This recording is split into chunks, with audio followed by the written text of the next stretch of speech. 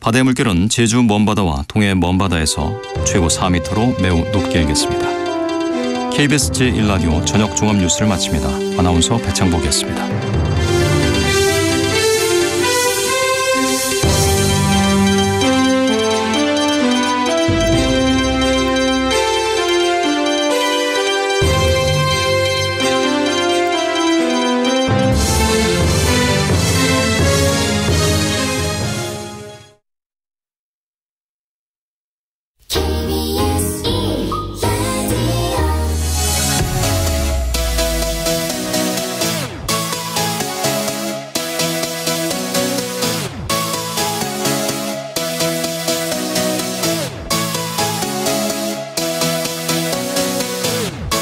KBS 열린 토론.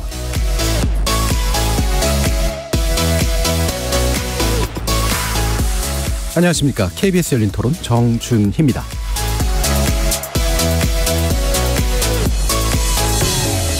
이번 주 금요일 KBS 열린 토론은 지적 호기심에 목마른 사람들을 위한 전방위 토크, 줄여서 지목전 토크 시간입니다. 새로운 기술이 인류를 긴장시키는 건 종종 나타나는 일입니다.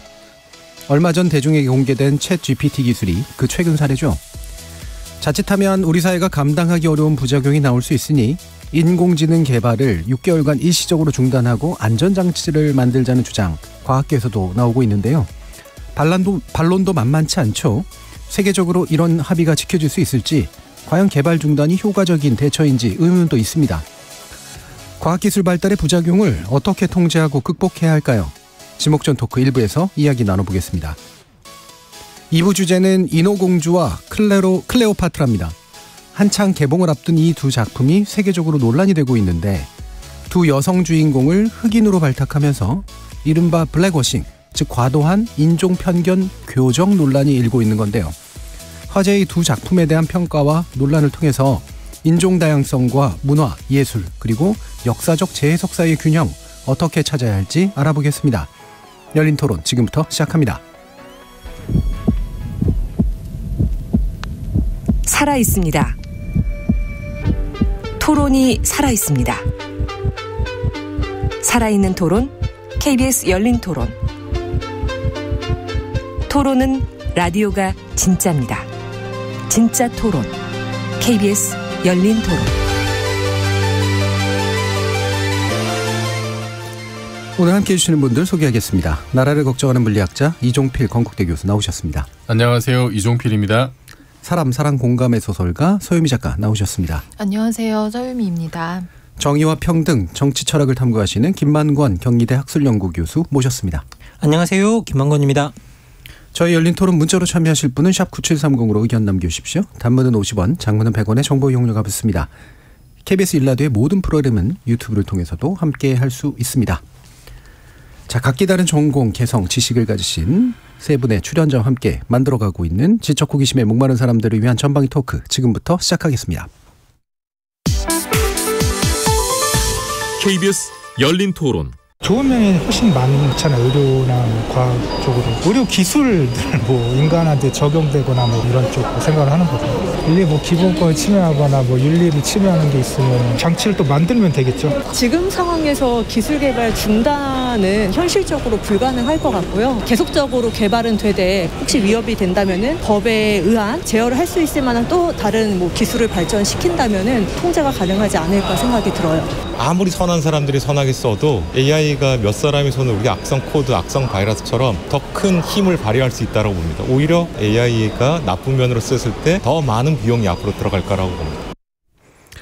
네, 오늘 출연자 픽 오늘 진행할 텐데 이종필 교수님께서 역시나 가져오셨습니다. 네. 예, 근데 과학기술의 통제가 필요하다 이런 생각이신가요? 아니면 어떻게 해야 되나 이런 생각이신 건가요? 둘 다죠. 둘 다. 네. 근데 이건 쉬운 문제가 좀 아니어서 지난 3월 29일에 그 미국의 비영리 낸션 생명미래연구소에서 대형 인공지능 실험을 잠시 멈추자 그런 공개 서한을 이제 제시를 했었고 거기에 그 관련 분야 종사자들이 굉장히 많이 동조라고 서명을 했더라고요. 제가 어제 확인해 보니까 27,000명 넘는 사람이 거기 이제 서명을 한 것 같고 이 결정적인 계기가 된 것이 작년에 나왔던 챗GPT라는 대화형 인공지능 때문인 것 같고 그 서한에 보면은 통제되지 않은 그 기술에 대한 어떤 위험, 어떤 위협 이런 게 좀 많이 느껴지고 그리고 인공지능 기술이 가진 또 다른 기술과 이렇게 구별이 되는 좀 차원이 다른 어떤 기술로서의 독특한 성격 이런 걸 한몫하는 것 같아요. 그래서 뭐 다른 기술과 차별점이라면 제 판단으로는 이것이 인간으로서의 종 특성에 직접적으로 좀 위협이 될 수 있다라는 어떤 그런 어떤 위기감 이런 것이 좀 많이 깔려 있는 것 같습니다. 그리고 사실은 알게 모르게 그 과학 기술과 관련된 여러 가지 또 뭐 제한이나 제재나 이런 것도 사실 많긴 하거든요. 뭐 대표적으로 핵무기나 핵 관련 개발은 그렇죠. 마음대로 할 수 없는 거잖아요. 그다음 뭐 인간 복제라든지 이런 것도 사실 기술이 모자라서 못하는 게 아니라 이거는 그냥 다 여러 형태로 지금 규제가 되고 있는 거고 인공지능도 지금 이제 그런 어떤 수준에 지금 다다른 게 아니냐. 그래서 이제 이런 논의까지 나오는 게 아니냐 싶은데 앞서 말씀드렸듯이 이거는 정말 뭐 DNA를 조작하는 것만큼이나 인간의 어떤 그 종특성에 대한 정체성에 대한 어떤 직접적인 위협으로 사람들이 좀 받아들이는 것 같고 그러면 이게 뭐 당장 오늘 내일 뭐 터미네이터 같은 인공지능이 출현하지는 않겠습니다만 앞으로 이걸 우리가 어떻게 준비를 해야 될지 정말로 좀 현안의 문제인 것 같고 우리나라도 좀 뭐 강 건너 불구경할 일은 아닌 것 같아요. 이게 사실은 그냥 한두 개의 빅테크가 그렇게 인공지능 고도로 발달한 인공지능을 독점을 했을 때 나타나는 문제들 이런 거는 또 우리가 다른 차원에서 또 고민해 봐야 될 문제일 것 같고 그래서 이거를 좀 뭐 단지 뭐 이거 6개월 중단하느냐 마느냐라는 거를 넘어서서 지금 새로운 어떤 신기술 인류사의 어떤 사람들 인류사의 변곡점을 지나고 있다라는 얘기가 나올 정도니까 좀 그럼 우리가 지금 이거를 좀 어떤 식으로 받아들여야 될지 한번 좀 고민해 보자는 차원에서 주제를 들고 왔습니다. 자 그러면 그 터미네이터는 인공지능은 사실은 아니었잖아요. 그게 이제 결합이 된 거죠. 그렇죠. 근데 종의 특성을 인류라는 종의 특성이 위협받고 있다. 그때 그 종의 특성은 어떤 걸 생각하시나요? 그러니까 예를 들면은 그 이제 인공지능 개발 중단에 반대하는 사람들 대표적으로 그 얀 르쿤이나 앤드룬 같은 그 지금의 딥러닝 인공지능 기술을 발달시키는데 굉장히 큰 공헌을 했던 분들 같은 경우는 이제 6개월 중단에 반대하는데 그 뭐 얀 르쿤이 이제 예를 든 것 중에 이런 게 있어요. 자동차가 나오기도 전에 안전벨트를 걱정하는 격이다. 뭐 이제 이런 비유를 했더라고요. 근데 사실 자동차도 유용한 기술이긴 합니다만 자동차나 비행기나 다른 여타의 기계들은 인간의 어떤 육체적인 한계를 어떤 증폭시키는 확장시키는 역할을 해왔어요. 근데 그것 때문에 우리가 그 위협을 느끼진 않습니다. 뭐 대형 교통사고가 나든지 엄청난 비행기 사고가 나더라도 인류 종특성의 위협을 받지는 않거든요. 왜냐하면 우리가 이 행성에서 지배적인 종이 될 수 있었던 거는 신체 능력이 가장 탁월해서 그런 게 아니잖아요. 생각하는 능력이 가장 탁월해서 저는 그렇게 생각을 합니다. 생각하는 능력이 가장 탁월해서 이 행성에 어떤 독보적인 지위를 가질 수 있었던 것 같은데 그래서 다른 어떤 기계들 인간을 이롭게 하는 기계들은 그런 똑똑함을 넘어서진 않았단 말이에요. 육체적인 한계를 극복을 많이 했지만 그런데 인공지능은 생각하는 기계는 다른 기계와는 달리 그 인간을 독보적으로 만들었던 그 능력에 근접하거나 뛰어넘으려고 하기 때문에 그러면 우리가 이 행성에서 누려왔던 그 유일자로서의 어떤 지위가 침해받는 것이 아니냐.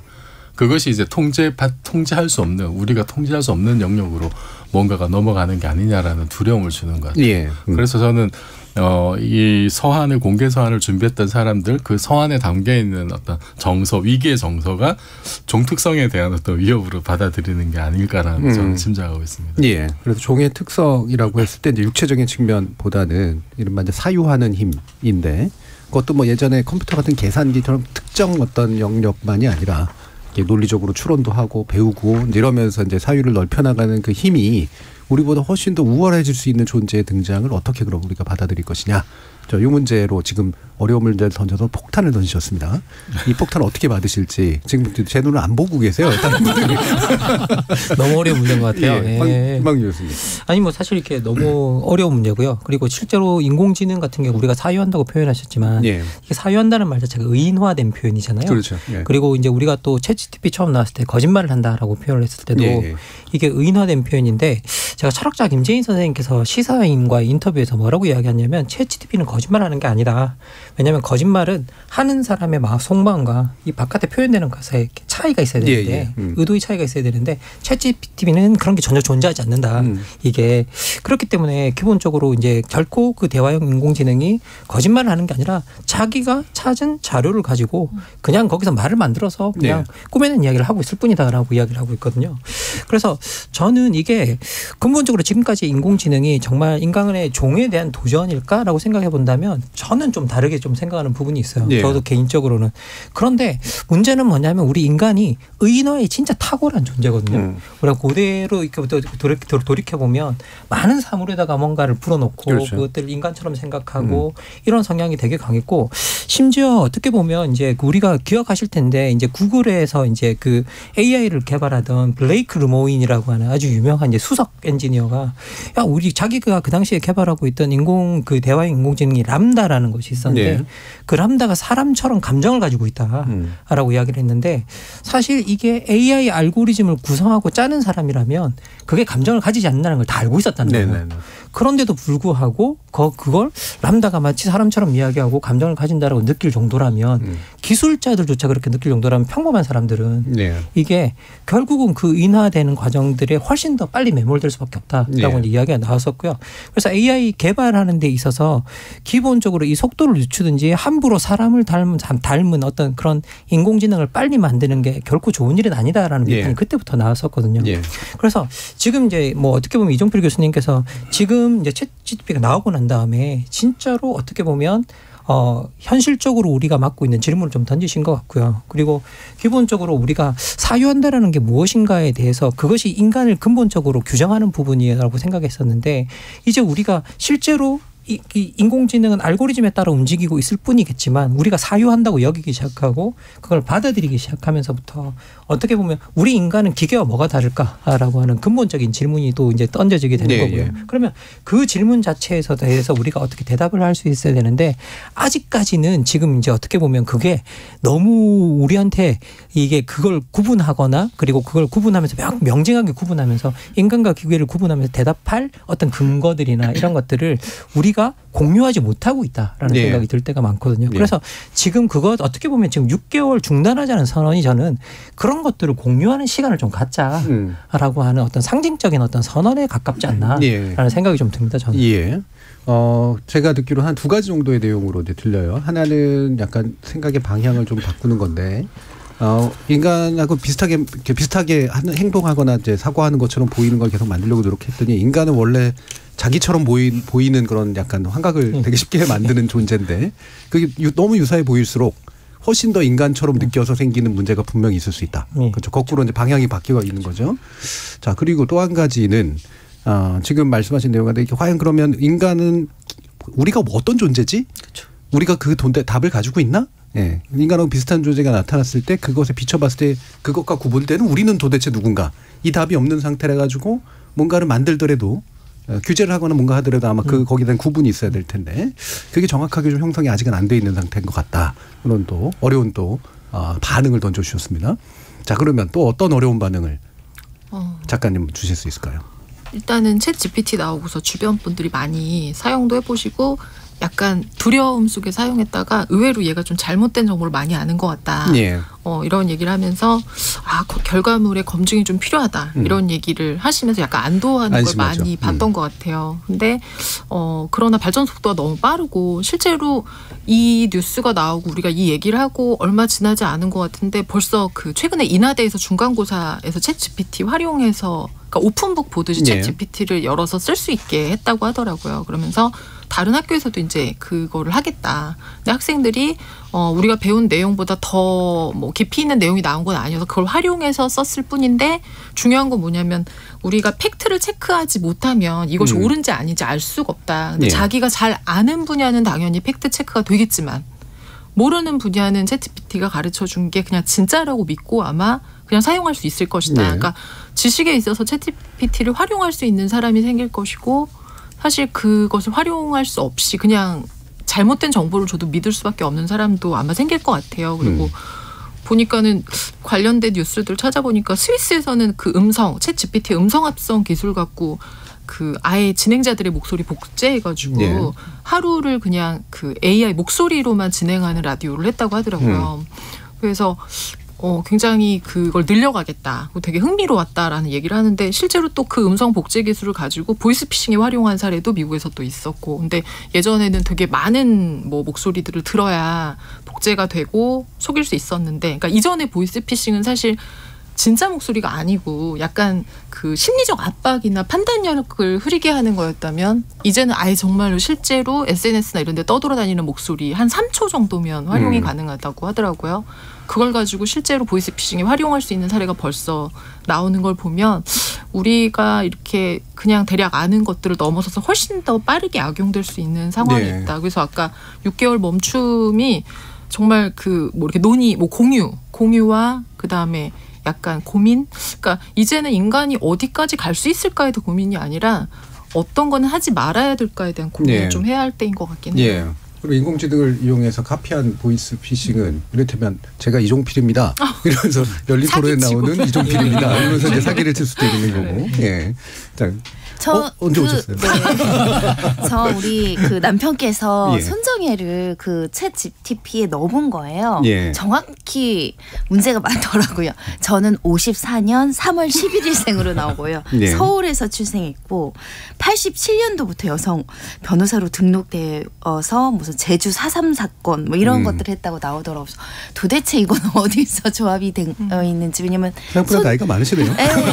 손정혜라는 동명이인의 변호사가 없습니다. 그래서 이거는 뭐 정보가 굉장히 오류가 많구나 일단 이런 생각을 해봤고요. 아마 이 정보 분야에서 우리 법조계 정보는 별로 취급을 안 하시는 걸로 제가 판단을 했습니다. 그래서 그만큼 오류 가능성, 그러니까 초기라서 이제 오류인데 어느 정도 우리가 이 기술이나 이 인공지능이 가진 정보가 완전 팩트에 가까운 오류가 없는 불가결한 존재라고 믿는 시점도 도래할 수 있잖아요. 지금은 이런 정보가 틀려도 아유 그런가 보다 하는데 그 이후에는 얘가 잘못된 정보를 했을 때 그냥 만연히 믿어버릴 수 있는 이 기술은 숭고하고 정확하고 팩트가 잘 정리되어 있다라고 믿는 순간에 우리 인류나 사람들이 갖게 되는 공포라든가 두려움이 더 커지지 않을까 그런 생각 한번 해봤고요.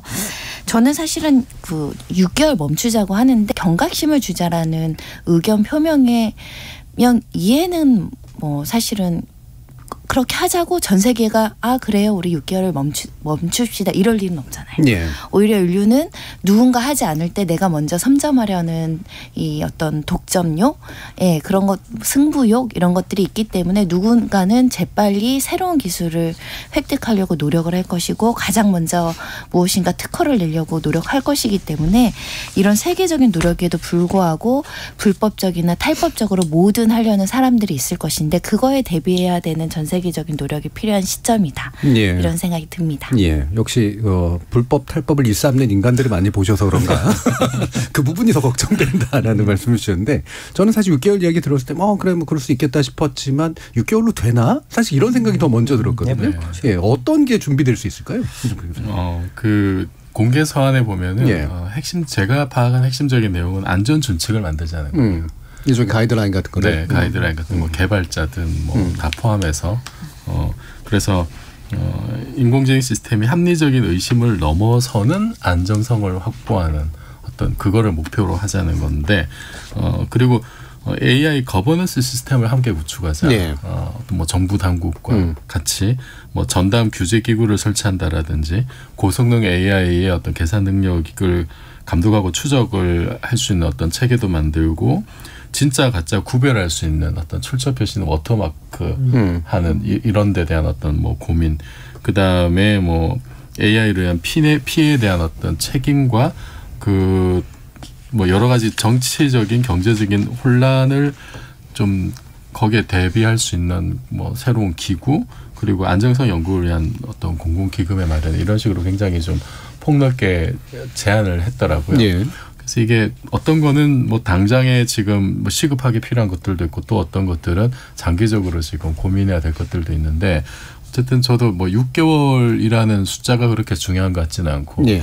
하지만 예를 들어서 지금 뭐 그러니까 대규모 언어 모델을 지금 아주 높은 성능으로 돌리려면은 사실 그 아주 강력한 굉장히 비싼 그 GPU 칩도 예, 필요하고 예. 뭐 돈도 굉장히 많이 들고 에너지 많이 들고 그다음에 그거를 그 학습시키기 위해서는 데이터도 엄청나게 또 많이 들어가야 되고 그 사실 동네 구멍가게 살 수 있는 일은 아니긴 하거든요. 예.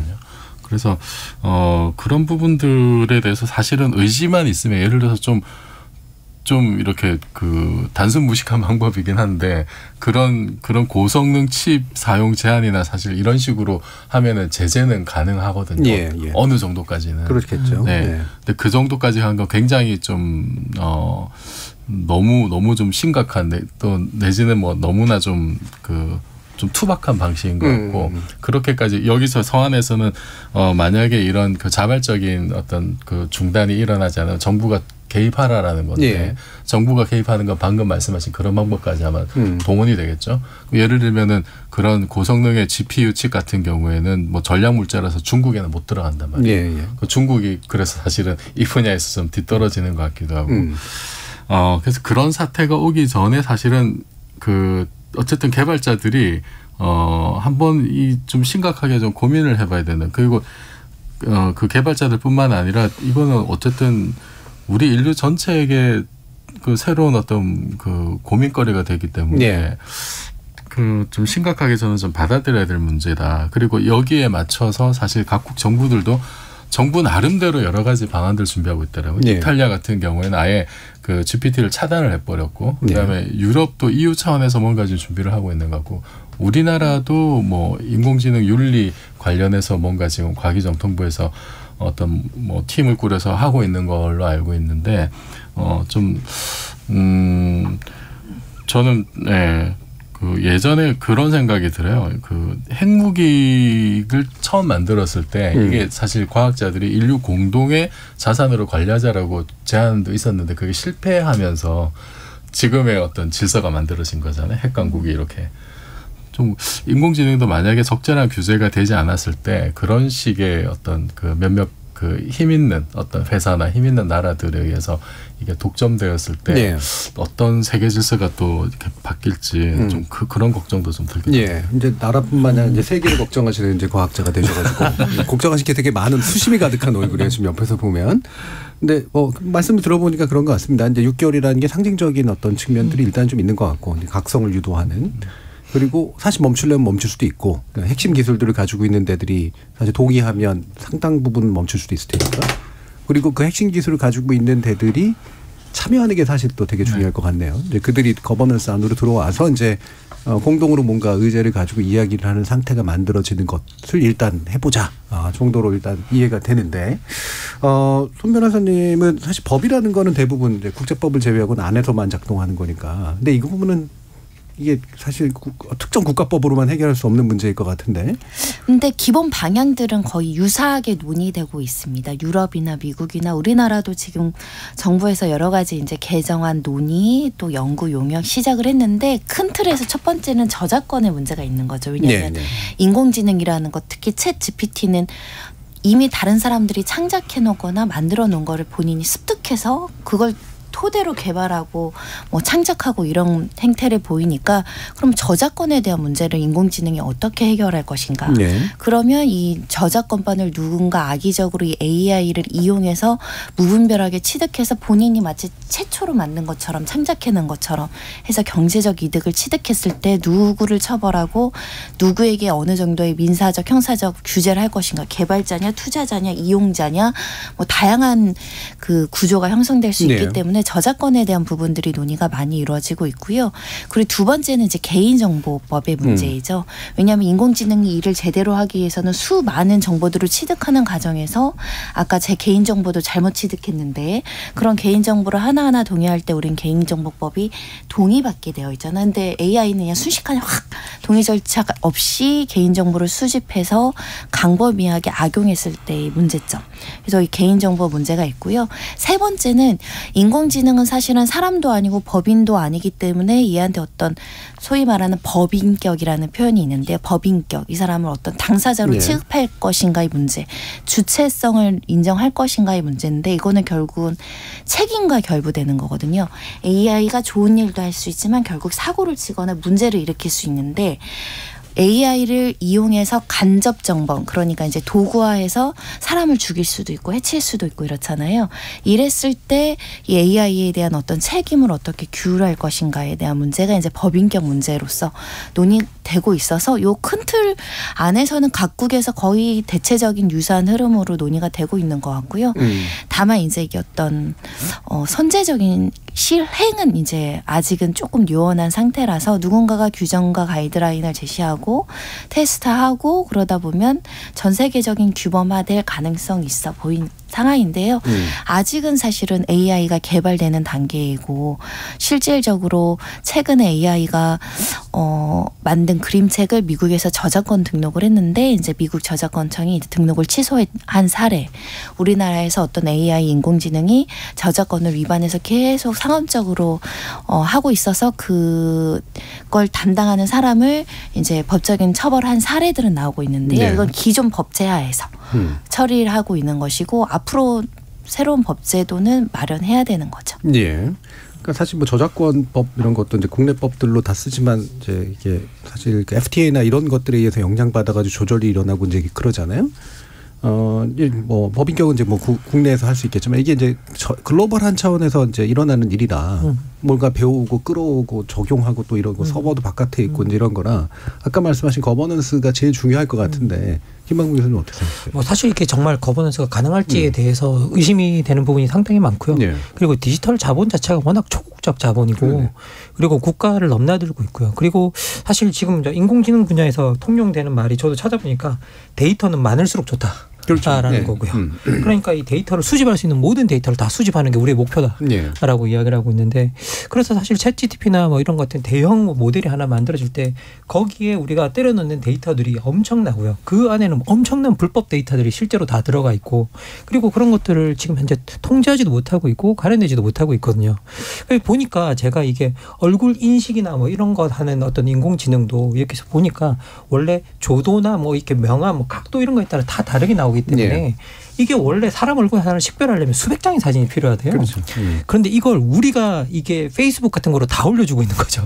페이스북, 인스타그램 이런 거로 다 올려주면서 이 민간 기업들이 그런 것들을 가지고 정보를 가지고 있는데 실제로 민간 기업이 아닌 학문 연구를 한다거나 뭐 이렇게 반대쪽에서 뭘 하는 그런 쪽에서 인공지능 같은 걸 구축할 때는 사실 그런 것들을 자기가 긁어 모을 수 없기 때문에 인터넷에 있는 그냥 데이터들을 그냥 긁어 모아서 다 갖고 가서 하는 일들이 벌어지고 있고 그러다 보니까 데이터 쪽에서는 완전히 뭐 어떻게 보면 개인정보나 이런 것들은 뭐 사실상 무시되고 있는 그런 상황이고요. 그리고 우리가 데이터 마이닝이라고 표현하잖아요. 그래서 이제 데이터를 마치 우리가 천년자원 캐는 것처럼 이렇게 이야기하고 있는데 사실 그렇게 천년자원처럼 데이터를 생각하면 이렇게 그냥 뭐 있으니까 우리가 거기 뭐 거기 산이 있으니까 올라간다처럼 자원이 있으니까 우리가 캔다라는 식의 어떤 객관적인 그런 게 가능하겠지만 사실은 알고 보면 데이터 마이닝이라는 게 내가 가지고 있는 모든 정보, 나의 정체성 이런 것들도 다 가져갈 수 있는 어떤 그런 부분들이기 때문에 어떻게 보면 상당히 어떻게 보면 데이터를 어떻게 통제할 것인가 데이터를 수집하고 이러는 것들 자체에 대해서도 우리가 어떻게 해야 되는가에 대한 통제가 있어야 되는데 지금 현재 인공지능이 거대 모델이 구축되는 과정에서는 그냥 데이터를 긁어모으면 긁어모을수록 좋기 때문에 여기에 대해서 어떻게 통제할 수 있는 기준 자체가 없어서 이런 부분에 대해서도 우리가 좀 통제가 가능해야 되는데 근데 지금 현재 상태에서 이게 초국적 이런 상황에서 이게 정말 가능할까라는 생각이 듭니다. 저는 개인적으로. 아까 손 변호사님이 이제 이런 이제 저작권 문제와 개인정보 보호에 관련된 문제가 이제 계속해서 준비되고 있다. 근데 이제 개인정보 보호도 사실은 비식별 정보라 그럴까요? 그러니까 인간 그 사람의 어떤 특정할 수 없는 나머지 데이터들은 서로 쓸 수 있도록 만들어주는 방식을 좀 쓰잖아요. 그거를 긁어오는 것 자체도 이제 문제가 될 수 있다라고 보시는 거죠. 예. 어떠세요? 네.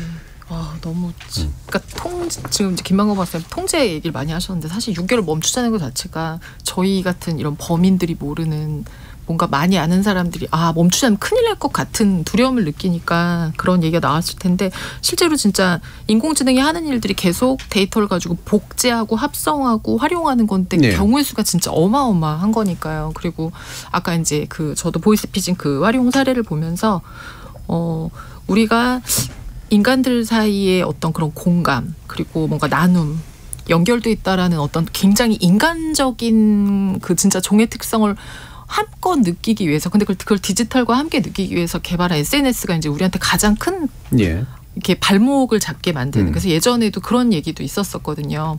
이제 그 SNS를 활용하는 엄마나 아빠들이 자기 아이가 너무 귀여우니까 아이 사진이나 그렇죠. 동영상을 많이 올리는데 그게 이제 사실은 가장 큰 범죄의 표적이 된다. 아이를 올리지 마라. 인권 이걸 떠나서 그런 얘기를 했었는데 우리가 인간으로서 누리려고 하는 모든 것들이 다 사실은 이제 악용될 가능성이 있는 거고 말씀하신 통제를 벗어날 수 있는 거고 최근에도 벌써 사람하고 챗 GPT가 같이 쓰는 책 같은 게 나오기 시작하더라고요. 네. 근데 그것들이 이제 구분이 사라지는 거죠. 어디까지는 인간이 한 거고 어디부터는 챗GPT가 한 거고 그리고 저도 사실 제가 쓴 걸 다 모르는데 제 것을 가져다가 어느 정도 활용해서 얘가 뭘 만들어냈을 때 이제는 이런 표절이나 우리가 인간과 인간이 하던 표절의 문제도 선이 명확하지 않은 상태에서 이제는 이 표절이나 이런 복제 부분이 상상을 초월하는 분야로 번져나갈 수 있다는 거. 예, 그런 것들에 대한 우려가 이제 되죠. 예.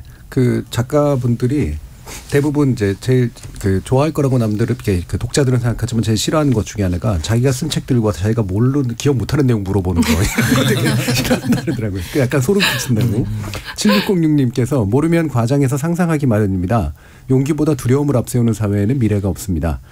또 유튜브에서 MK님이 인공지능이 마음대로 취합하고 종합한 정보를 우리가 본다는 것 자체가 소름 끼칩니다. 제한이 필요한 것 같긴 합니다. 라는 말씀도 주셨습니다. 이제 떠오르는 생각은 이게 사실 이런 이제 데이터를 마음대로 이른바 데이터 마이닝이라고 이제 표현하듯이 이렇게 그냥 마치 우리 초기 개척 시대에 그렇죠. 아무거나 다 이렇게 긁어오면 되듯이 하는 그런 것처럼 이제 여겨지는 게 결국 나중에 문제를 만드는 거니까 요거에도 좀 새로운 생각을 할 필요가 있다라는 것 같고 또 한 가지 포인트는 이른바 머신러닝이잖아요. 이런 게.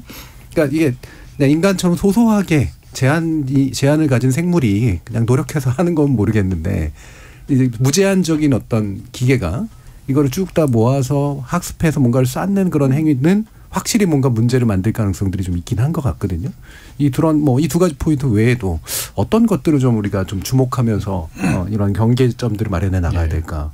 그러니까 방금 말씀하신 것들은 어떻게 보면 이제 인공지능이 굉장히 성능이 지금도 상당히 높습니다만 앞으로 계속 더 좋아졌을 때 벌어질 수 있는 여러 가지 이제 현상적인 일들, 개인정보 유출의 문제라든지 표절의 문제라든지 관련된 저작권 문제라든지 이것 상당히 좀 심각할 것 같고 현안일 것 같고 제 학생들은 벌써 자기 직업적 미래에 대한 위기감을 느낀다고 하더라고요. 이미 코딩하는 학생들도 그렇고 아니면 예술하는 학생도 마찬가지고요. 이미 그 현실화된 느낌이 조금씩 들고 있고 그런데 그거를 좀 더 넘어서서 좀 본질적인 문제, 아까 제가 말씀드렸던 종특성과 관련된 문제와 좀 연결되는 거 하나 말씀드리면은 이게 GPT라고 하는 게 자연어를 처리하는 인공지능 알고리즘인데 이것이 이제 발전의 궤적을 보면은 이게 파라미터 수를 갑자기 늘리고 계산 능력을 키웠더니만 사이즈를 키웠더니 그 이전에 없던 능력들이 창발적으로 나타나는 현상들이 창발적 특성이라고 그러죠. 네.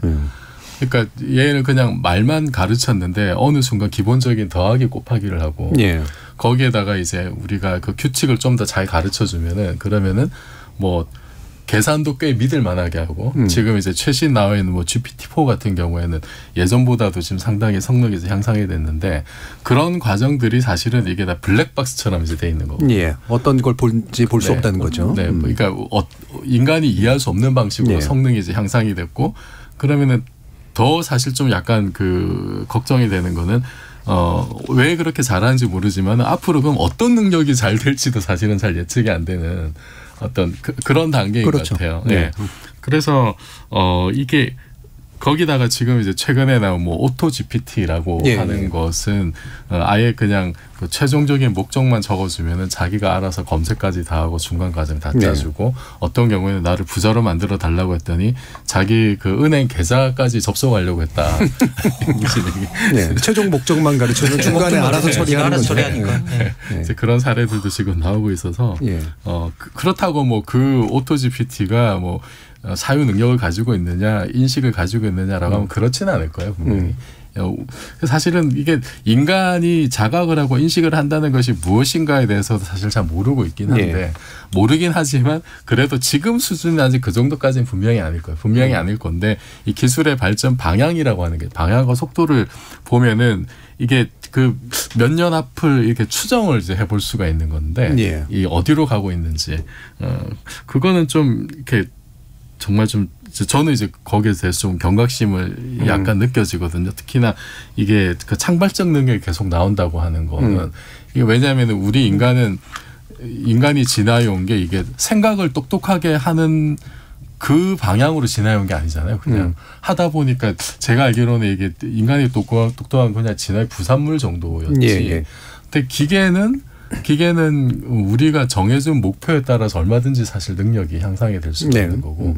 근데 그것이 앞으로 뭐 내후년에 이 계산 능력과 파라미터를 엄청나게 늘렸을 때 지금은 그 GPT-4 같은 경우에는 뭐 수조 개의 파라미터 뭐 그 이상 알려지진 않았습니다. 그렇게 예상을 하고 있는데 그게 더 많이 늘어났을 때 어떤 일이 벌어질지 이게 그 알려지지 않은 미지라는 게 있잖아요. 옛날에 도널드 럼스펠트 미국 방장관이 얘기했던 우리가 무엇을 모르는지 알면 대출을 할 수가 있는데 무엇을 모르는지조차 모르는 요소들이 있는 거 아닌가라는 이제 좀 걱정이 되기 시작을 해요.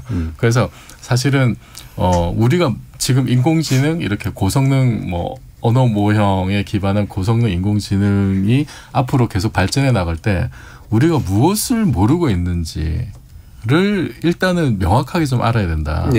그래야 이게 위협이 구체화되고 그거를 정량적으로 수치화할 수 있어야 우리가 어떻게 좀 대처도 가능할 게 아닌가. 저는 그래서 여기 그 공개 사안에 어떤 그런 프로토콜 만드는 과정에서도 좀 그런 문제도 저는 사실 좀 포함이 됐으면 좋겠어요. 그러면은 그러니까 사실 이런 것들은 어쨌든 역사의 새로운 단계인 건 맞긴 한데.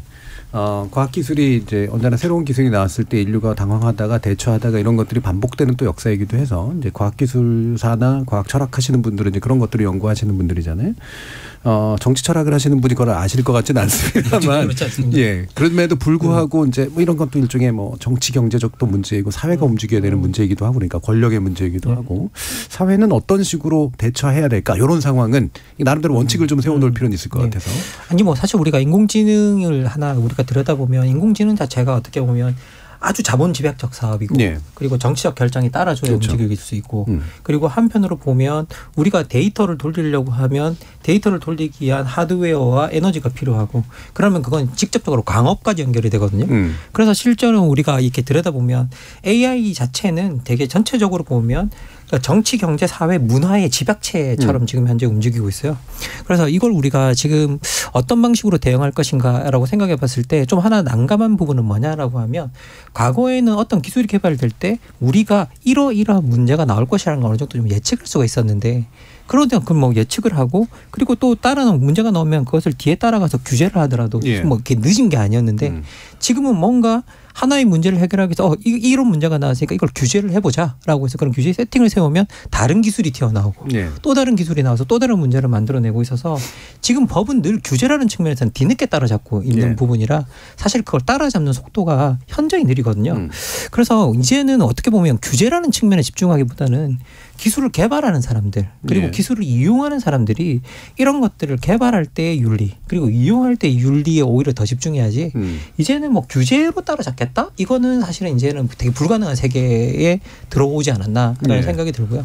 그래서 오히려 우리가 디지털 시대, 특히 인공지능 시대가 우리 인간에게 우리 인간이란 무엇인가의 본질적인 측면을 묻고 그 본질적인 측면에서 우리가 효용이나 이윤이나 이런 것들을 추구하는 것들이 한참 우리가 자리 잡아왔었는데 이제 그런 걸 넘어서 우리가 인간다움은 뭐고 이 세계다움은 뭐고 어떤 그런 것들에 대해서 좀 더 사고해 볼 수 있고 그런 것들을 통해서 어떻게 보면 지금의 위기를 돌파해야 오히려 우리가 바람직하지 이걸 뭐 법적인 측면 이런 측면으로 대응해서 정말 대응할 수 있을까라고 했을 때 저는 이게 불가능한 일이 아닐까라는 생각을 개인적으로 해봅니다. 예.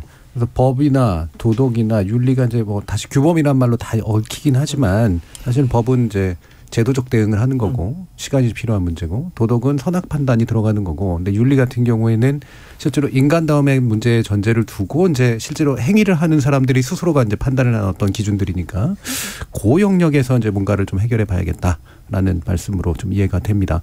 인공지능 윤리 요즘 또 많이 또 각광받는 분야이기도 한데요. 많은 분들이 또 관심을 가지고 이 문제를 같이 좀 고민해 보셨으면 좋지 않을까 싶습니다. 이제 일부 출연자의 픽은 이 정도에서 정리할까 합니다. 여러분은 KBS 열린 토론과 함께하고 계십니다. 토론은 치열해도 판단은 냉정하게. 복잡한 세상을 바꾸는 첫걸음은 의외로 단순할지도 모릅니다. 평일 저녁 7시 20분 당신을 바꾸는 질문.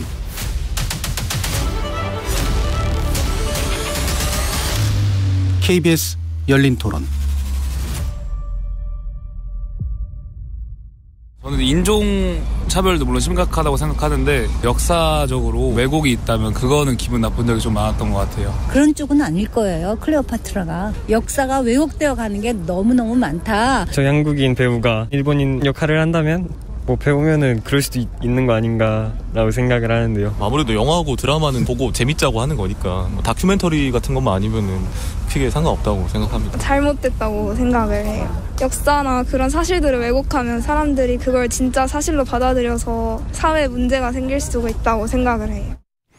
지적 호기심에 목마른 사람들을 위한 전방위 토크. 정치철학자 김만권 교수, 물리학자 이종필 교수, 소설가 서유미 작가, 손정혜 변호사 이렇게 네 분과 함께 하고 있는데요. 자, 제작진이 골라주신 건 보통 뜨거운 감자를 골라주시는데 아주 많이 뜨겁진 않은데 약간 좀 곤란할 수도 있는 그 측면도 있는 것 같습니다. 그러니까 디즈니 쪽에서 이제 하는 인어공주 그리고 클레오파트라 이제 역사적 인물 내지 이제 기존에 우리에게 아주 익숙하게 알려진 그런 캐릭터인데. 이게 이제 보통 백인이거나 또는 적어도 흑인은 아닌 사람들이 등장하는 그리고 그런 미인들이 등장하는 그런 콘텐츠였는데 여기에 이제 흑인을 주인공으로 내세웠다 그래가지고 상당히 많은 사람들이 불만을 가지고 있기도 하는 것 같아요.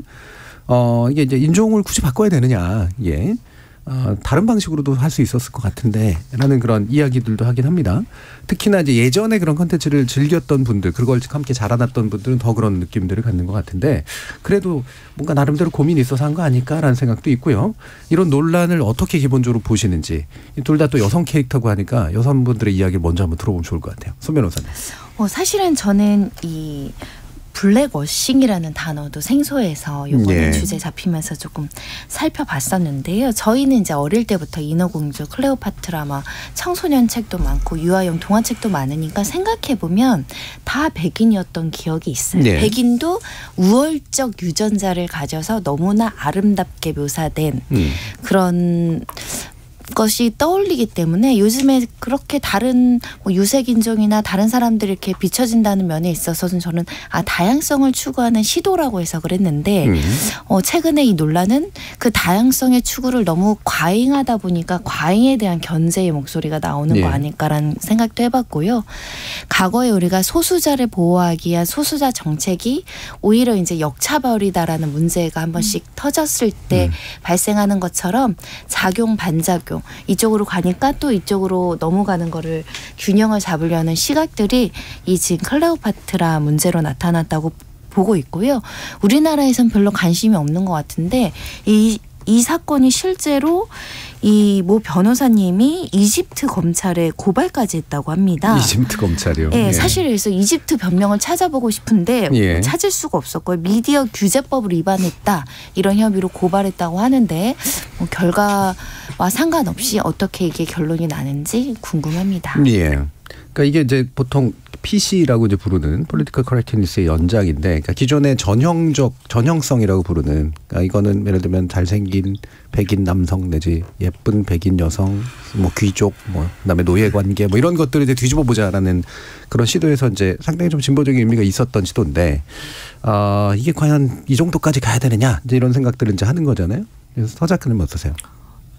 이제 디즈니가 올해 탄생 100주년이라고 하더라고요. 그러면서 자사 그 애니메이션을 영화로 많이 제작하면서 뭐 인어공주도 그렇고 피터팬하고 팅커벨도 다시 이제 영화로 하고 맥스웰 공주 하는데 거기에 되게 많은 캐릭터들을 흑인이나 그 유색 인종으로 캐스팅을 한다고 해요. 그러면서 이제 블랙워싱 논란에 되게 많이 이제 그 이야기가 나오고 있는데 저도 이 사람들이 이제 많이 주장하는 것 중에서 특히 이제 인어공주 같은 경우는 내가 어릴 때 봤던 내가 가지고 있는 그 인어공주의 그림, 하얀 피부에 붉은 머리를 가진 인어공주를 훼손당하는 느낌이다.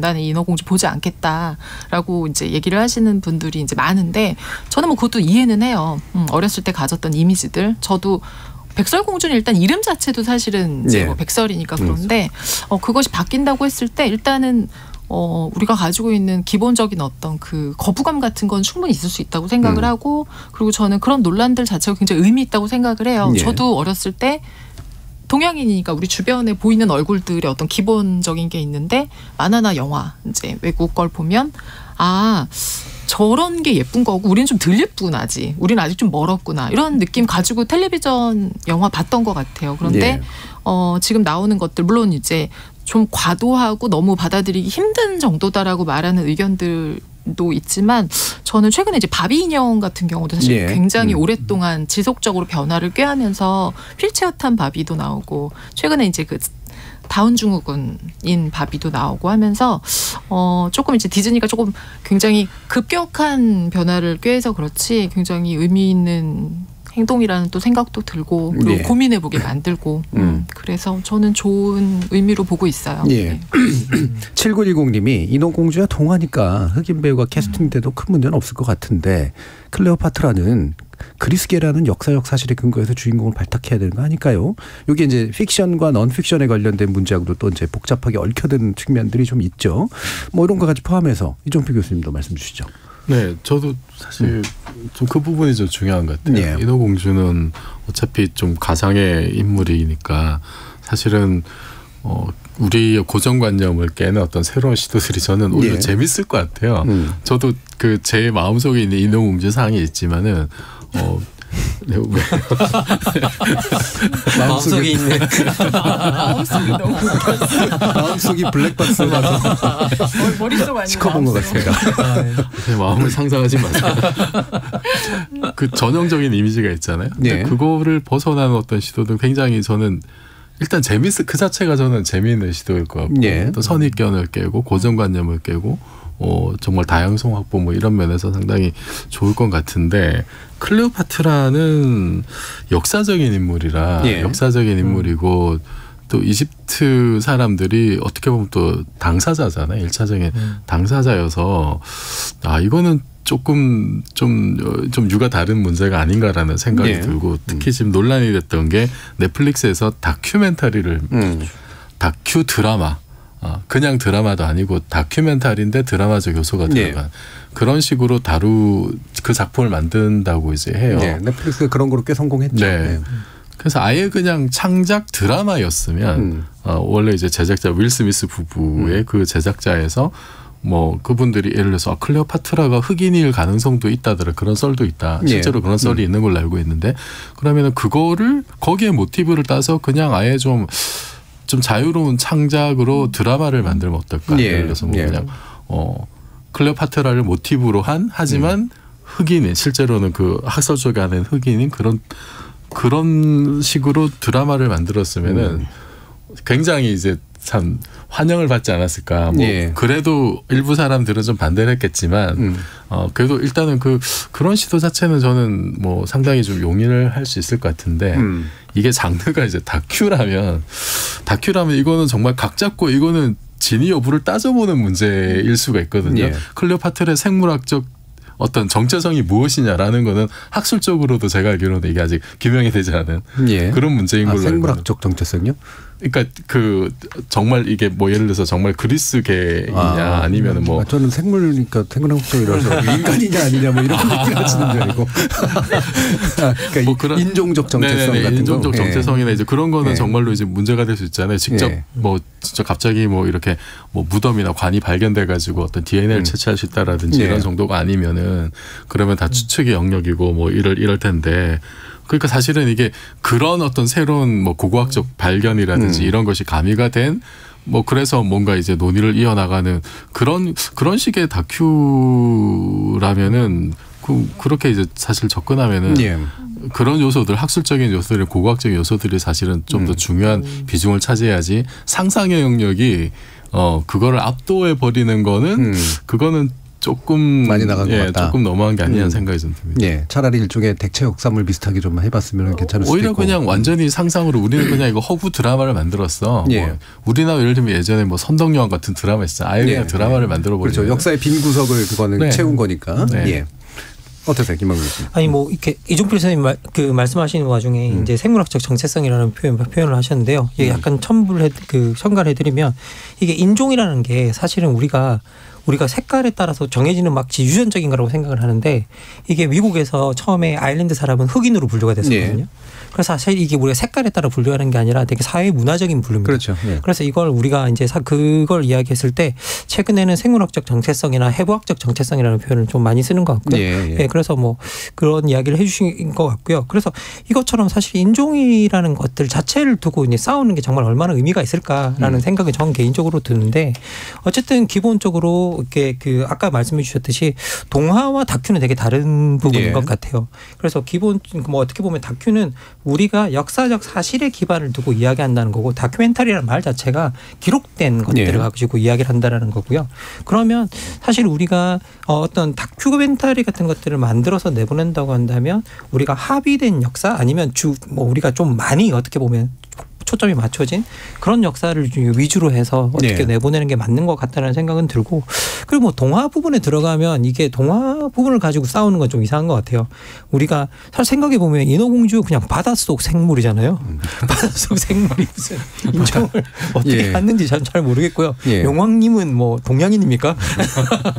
그러니까 이게 물어보면 그런 거는 좀 이렇게 그런 거 가지고 싸우는 건 좀 이상해요. 저는 개인적으로는 좀 이상한 생각이 들고 하지만 우리가 역사적 사실에 기반한 클레오파트라의 이야기는 기본적으로 여기가 뭐 그리스에서 온 왕조라고 되어 있고 우리가 뭐 다 아시다시피 이게 기본적으로 이제 프톨레마이오스 왕조의 이제 마지막으로 되어 있고 그러다 보니까 우리가 좀 역사에 기반한 이야기들이 어떤 그런 것들이 있을 때는 좀 다수설이나 아니면 우리가 볼 때 이제 기록된 것들을 위주로 좀 다루는 게 오히려 맞지 않나라는 생각이 듭니다.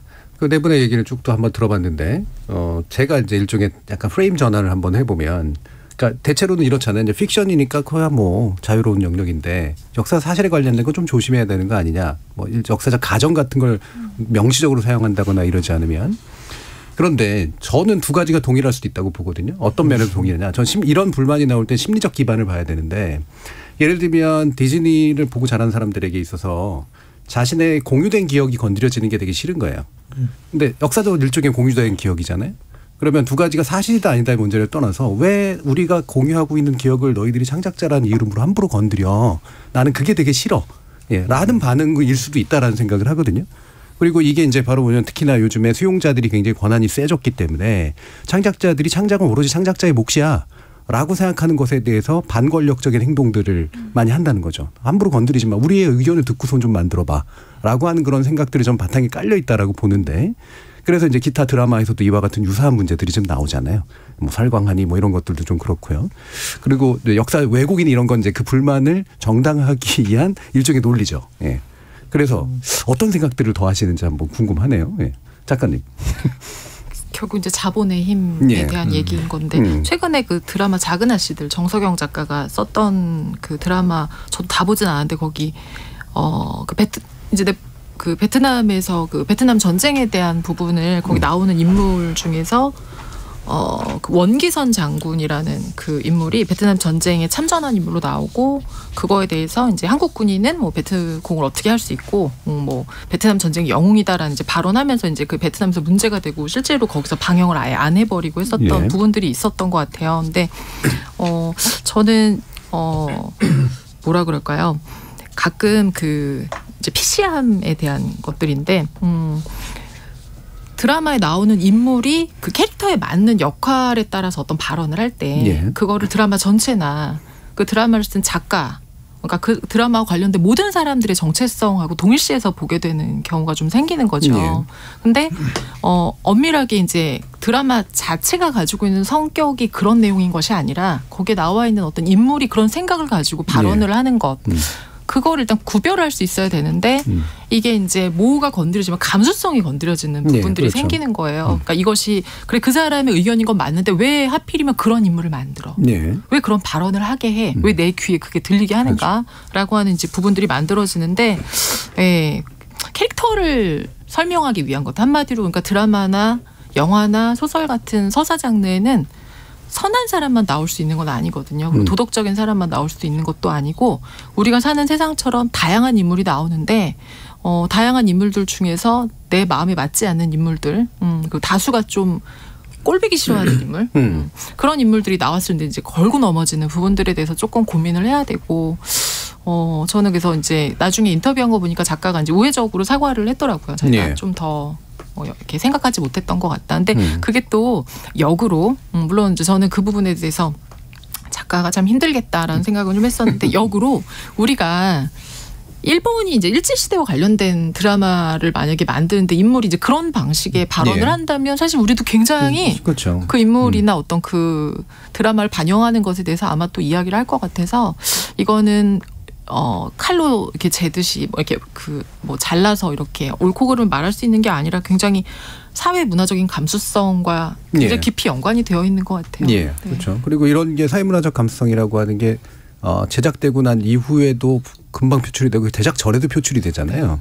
그러니까 창작 과정에 영향을 미치는 현상들이 당연히 나타나게 된단 말이죠. 그러니까 검열을 계속 하게 돼요. 그렇죠. 그러니까 결국은 클레오파트라의 문제는 역사적 인물, 실존했던 인물이기 때문에 동일성 유지를 얼마나 해줘야 되는가의 문제인 것 같아요. 사실 클레오파트라는 역사적 인물이긴 하지만 제 기억에는 이 사람이란 느낌보다는 너무 만화나 캐릭터나 소설이나 이런 걸로 많이 봐와서 사실 약간 창작의 영역에 있는 인물이기도 하거든요. 그렇다고 한다면 창작자 입장에선 충분히 다양성을 가지고 각색할 자유를 원했을 것이라고 보이고 이 넷플릭스도 보기 싫은 분들은 그런 불편함 보시지 마시라 이런 발언까지 나오더라고요. 그래서 각색의 자유와 실존 인물에 대한 동일성 유지에 대한 충돌로서는 로도 제가 읽히기도 했는데 우리가 많은 실화를 바탕으로 한 영화라든가 역사적 인물에 대한 영화가 항상 유가족들이랑 트러블이 있거든요. 그렇죠. 왜냐하면 영화나 드라마는 반드시 각색을 할 수밖에 없고 그 각색이 무조건적으로 유족들에게 어떻게 편안하게만 다가오지 않을 수도 있잖아요.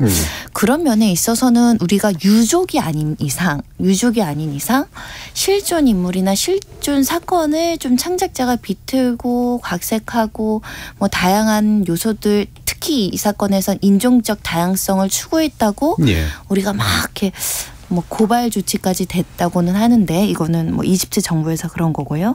그럴 수 있나? 그냥 저는 그런 생각이 들어요. 예전에는 저희가 어떤 캐릭터를 봤을 때 그 캐릭터는 딱 이래야 된다라는 어떤 상징적인 게 있잖아요. 근데 다른 각도에서도 한 번씩 느껴보면 또 새로운 느낌이 들지 않을까 그런 생각도 해봅니다. 김방규 교수님. 뭐 이게 클레오파트라 같은 경우에는 또 이게 이집트 같은 경우에 보면 이게 약간 자신들의 정체성 문제와도 맞닿아 있다는 생각이 좀 드는 건데요. 실제 이제 그 이집트 저도 자료를 찾다 보니까 저도 찾았는데 이게 고대 이집트인들 자체가 내륙에 있는 그 아프리카인들과 자신들을 구분했대요. 그래서 실제로 그림을 그리거나 뭐 토기를 만들거나 그럴 때 피부 색깔 자체를 다르게 그려 넣었다고 이야기를 하고 있거든요. 실제 피부와 실제로 이제 다르게 그려 넣었다고 이야기를 하고 있고 그러면서 자기 자신들을 계속 그렇게 구분해 온 과정들이 있었기 때문에 자기 정체성 부분과 좀 연관이 되어 있다라는 생각이 들고 그래서 어떻게 어떤 역사적 인물이 어떤 세계적인 인물인 것도 맞겠지만 그 역사적 인물 자체가 어떤 지역에서의 누군가의 정체성을 규정하는 문제와도 또 연관이 되어 있다면 그 정체성을 그쪽의 사람들이 어떻게 규정하고 있는가를 좀 존중하는 방식으로 뭔가 꾸며지는 게 좀 낫지 않을까라는 게 제 개인적인 생각입니다.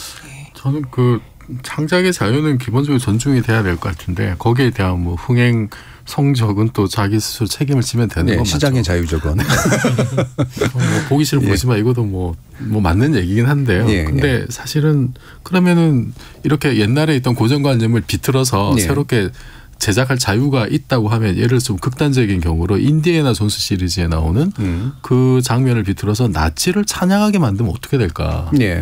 그것도 창작의 자유로 다들 존중해 줄 것인가? 아닐 것 같거든요. 그럼 왜 다른 거는 비틀어도 되고 이건 비틀어도 안 될 것인가?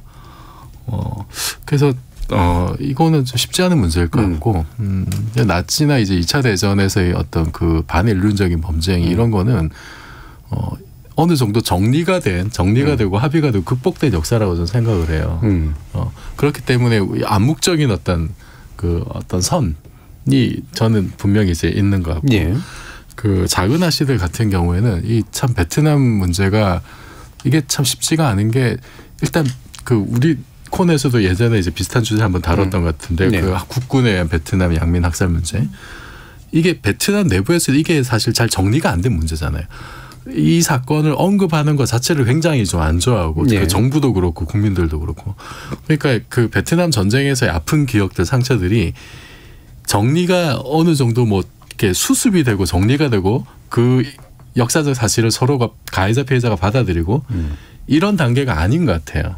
이런 단계가 아니고 우리는 좀 약간은 어떻게 보면 좀 가해자 입장이었는데 그래서 거기서는 조금 자유로운 위치에 있는 그래서 이거를 좀 덤덤하게 이제 표현을 했던 것 같고 사실 기계적으로 보면은 아니 그때 우리도 그 참전 군인이 사실은 빌런으로 나오잖아요. 드라마에서.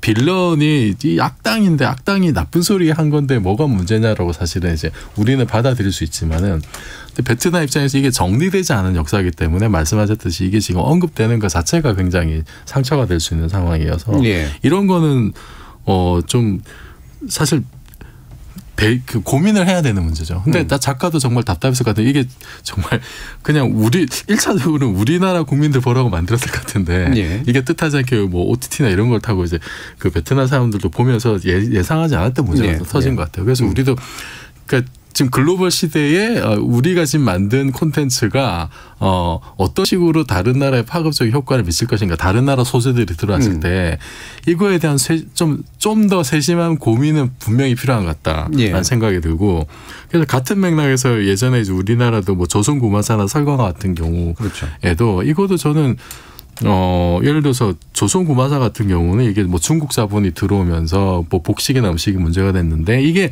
우리 입장에서는 우리 시청자 입장에서는 이게 동북공정하고 연결이 된 것 같아요. 그렇죠. 네, 그 문제가 만약에 이제 해결이 됐다 어느 정도 중국에서 정부가 적극적으로 나서가지고 동북공정 못하게 한다라든지 뭐 고구려 문제나 이런 거를 뭐 중국하고 한국이 같이 이렇게 해결하려는 노력을 보인다라든지 그런 움직임이 있었으면은 좀 쿨하게 넘어갈 수 있었을 텐데 그 문제가 정리되지 않고 오히려 음으로 양으로 이렇게 더 확대되는 그런 분위기에서 김씨도 자기 거라 그러고 막 이런 상황에서 이제 이 문제가 터지면 정리되지 않은 역사이기 때문에 이게 현실의 문제하고 그냥 연결이 돼버린 것 같습니다. 지금 0042님이 정치적 올바름을 너무 억지로 콘텐츠에 집어넣고 있는 거 아닌가라는 생각이 드신다는 말씀 주셨고요. 2209님은 싫으면 안 보면 되지 뭔 클레오파트라 DNA 검사해 본 것도 아니잖아요. 라는 또 그런 말씀도 주셨는데 이게 이런 식으로 이제 의견이 갈리는 거잖아요. 그러니까 결국에는 특정 컨텐츠, 문화적 컨텐츠가 이제 단순히 창작자 그냥 툭 하고 던져버리는 게 아니라 읽혀지고 보여지고 그러면서 그 컨텐츠에 내 정체성이 일부 들어가 있거나 뭐 연관돼 있으면 그 사람들의 어떤 감정이나 수용 상태를 고민하지 않을 수 없는 상태가 온 건 분명한 것 같다. 그러면 이제 창작자들의 어떤 마음의 상태도 좀 바뀌어야 되고 창작 과정도 좀 바뀌어야 되고 수용하는 사람들도 또한 뭔가 좀 새로 좀 세울 것도 있는 것 같고 어떻게 보세요? 뭐 기본적으로 저희들이 문화적 콘텐츠가 과거에는 국경 안에 갇혀져 있었다면 이제는 정말 국경이 열리면서 그렇죠. 이게 한번 드라마가 하나 만들어줘도 전 세계 사람들이 다 보는 이제 그런 콘텐츠들이 되어가고 있기 때문에 사실 콘텐츠를 만드는 사람들의 발상도 조금은 바뀌어야 되겠다는 생각은 들고요. 특히 저희들이 어떻게 보면 역사적인 것들을 담고 있는 것들 그리고 그런 것들이 다큐멘터리 형식을 띠고 있는 것들 그런 것들은 최대한 어떻게 보면 사실과 그리고 이제 어떻게 보면 합의된 내용들을 존중하면서 기본적인 것들을 존중하면서 만들어지면 좋겠고요. 그리고 뭐 드라마라 할지라도 저는 어떻게 보면 기본적인 역사 같은 거는 역사 드라마라면 존중하면서 만들어지는 게 가장 좋은 방법이 아닌가라는 생각이 들고 그리고 사실 우리가 이게 또 우리가 역사 드라마 같은 걸 들여다볼 때 우리가 기본적인 걸 존중하면 거기서 세부적인 내용들이 바뀌고 이러는 거 가지고 또 사람들이 흥분하진 않거든요. 사실 대표적으로 뭐 선덕여왕 같은 드라마는 역사적으로 팩트 자체가 틀린 것들도 많고 예, 그런 것들도 많았는데 그거 뭐 시청률은 또 엄청났었잖아요. 그런데 생각해보면 거기 우리가 조선구마사 같은 경우도 생각해보면 이게 어떤 거기 안에 들어가 있는 팩트가 우리가 생각하는 아주 그 논문도 나와 있는 걸 실제로 봤는데요. 우리가 존중하는 세종대왕을 저런 식으로 그리고 있고 그게 중국풍과 만나고 중국 자본과 만났다. 이거 문제가 있어. 라고 사람들이 생각하는 부분들이 생겨났던 것 같아요. 그래서 드라마의 의도를 더 의심한 것 같다라는 생각이 들거든요. 그래서 기본적으로 우리가 뭔가를 만들어질 때 그 컨텐츠도 문제지만 사람들에게 그 의도가 어떻게 비춰질지를 우리가 좀 더 제작자들도 고려해보는 부분이 좋은 것 같아요. 그건 저는 지금 제일 신난 건 넷플릭스밖에 없을 것 같은데요. 논란이 그렇죠. 논란이 되고 자기들 돈 벌 테니까 넷플릭스만 지금 신나 있는 것 같은데 근데 정작 만든 사람과 수용자 사이에서 갈등이잖아요. 생각해보면.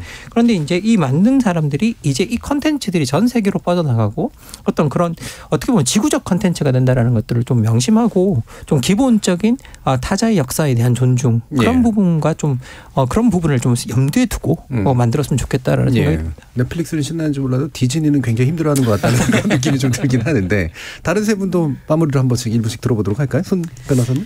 이번 논란을 보면서 역시나 인종의 벽은 여전히 높다. 그러니까 흑인과 백인과 아시아인이 하나로 보이지 않고 구분이 되니까 이런 문제가 생기는 것 같아요. 그래서 또 교수님 말씀 듣고 제가 생각해봤습니다. 명성황후를 뭐 유럽인이나 몽골인으로 배역을 줬다면 우리나라도 난리가 났을 수도 있는데 그래서 어느 순간에 되면 우리가 세계적인 교류가 많아져 몽골인도 똑같이 보이고 한국인도 똑같이 보이고 유럽인도 똑같이 보이고 미국인도 똑같은 그러면 그냥 배역을 맡았구나 색깔과 상관없이 그런 날도 오지 않을까 뭐 그런 생각을 해봅니다. 54년 변호사시라서 그 날까지 좀 보기는 어려우시지 않을까라는 이정필 교수님.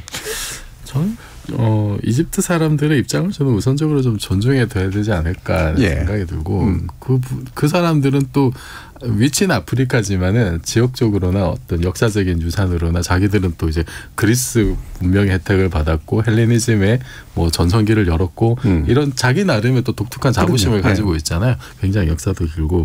그래서 저는 그 클레오파트라라는 인물이 가지는 여러 가지 극적인 요소들, 뭐 카이사르라든지 악티메젠이라든지 이런 것 그 자체가 엮어내는 여러 가지 그냥 인물만 따로 떼놓는 것이 아니라 그것이 세계 역사를 어떤 바꾸었던 그런 정체성이 그대로 이집트에 남아 있기 때문에 그냥 단지 뭐 사람 한 명의 배역을 누구로 하느냐의 그 문제를 좀 넘어서는 문제일 수 있다. 그 점을 좀 제작자가 고민해야 되지 않을까? 우리도 이제 글로벌 콘텐츠를 만들 때 이 점은 좀 고민해봤으면 좋겠습니다. 자, 이제 서유미 작가님 당사자의 문제이기도 합니다. 진짜 그 역사 속 인물, 뭐 역사적 사실 이런 것들을 이제 새롭게 활용해서 새로운 콘텐츠를 만들 때 핵심이 되는 근간의 부분을 잘 정립을 해야 그리고 그래서 그거는 흔들지 않고 그러니까 변화시켜서 새롭게 활용할 것과 그러지 않을 부분을 좀 잘 정해야 될 것 같고요. 그리고 수용자들의 목소리가 워낙 커졌기 때문에 사실은 정말 중심을 잡기가 좀 어렵거든요. 당장 이제 거대한 돈들이 오가는 거니까. 그래서 저는 수용자들이 또 그만큼 좀 성숙한 태도가 필요하다는 생각이 들어요. 너무 그 편협한 그리고 우리 목소리, 내가 좋은 방식으로만 보는 것이 아니라 좀 더 넓은. 왜냐하면 정말 우리 나눈 것처럼 이제는 우리가 우리 것만 보는 것도 아니고 다 같이 굉장히 글로벌한 상태로 서로 수용하고 또 만들고 하기 때문에 만드는 창작자나 보는 어떤 그 시청자들이나 다 조금 더 많이 고민하고 그러니까 만들 때도 비판할 때도 좀 더 고민하면 좋겠다는 생각이 들어요. 예. 지금 최지영님께서 의도는 좋더라도 작품을 훼손시키지는 말았으면 좋겠습니다. 정책 올바름을 반영하고 싶다면 또 다른 종류의 오리지널한 이야기를 만들면 어떨까 싶어요. 가끔 2차 창작 같은 걸로는 또 괜찮을지 모르겠습니다. 결국은 작품의 완성도가 중요하다고 생각합니다라는 말씀 주셨는데 완성도가 높으면 논란이 나중에 사라지긴 합니다. 그래서 결국은 우리 또 지켜보면서 한번 어떤 결과물들이 나올지 보셨으면 좋겠습니다. 자, KBS 열린 토론 지목전 토크는 이 정도로 마무리할까 하는데요. AI 개발 중단 논란에 관련된 문제 클레오파트라와 인어공주의 블랙워싱 논란 오늘 함께 다뤄봤습니다. 오늘 함께해 주신 네 분 소설가 서유미 작가, 손정희 변호사, 정치철학자 김만권 교수 그리고 물리학자 이종필 교수 네 분 모두 수고하셨습니다. 감사합니다. 감사합니다. 방금 서 작가님께서 말씀하신 것처럼 창작자도 고민하면서 만들고 수용자도 만들어진 이후에 그 작품에 대해서 제대로 평가를 해주면서 이야기가 진행되면 좋겠습니다. 저는 문화적인 작품이란 결국 사회적 커뮤니케이션의 일종이라고 생각을 합니다. 지금까지 KBS 열린 토론 정준이었습니다.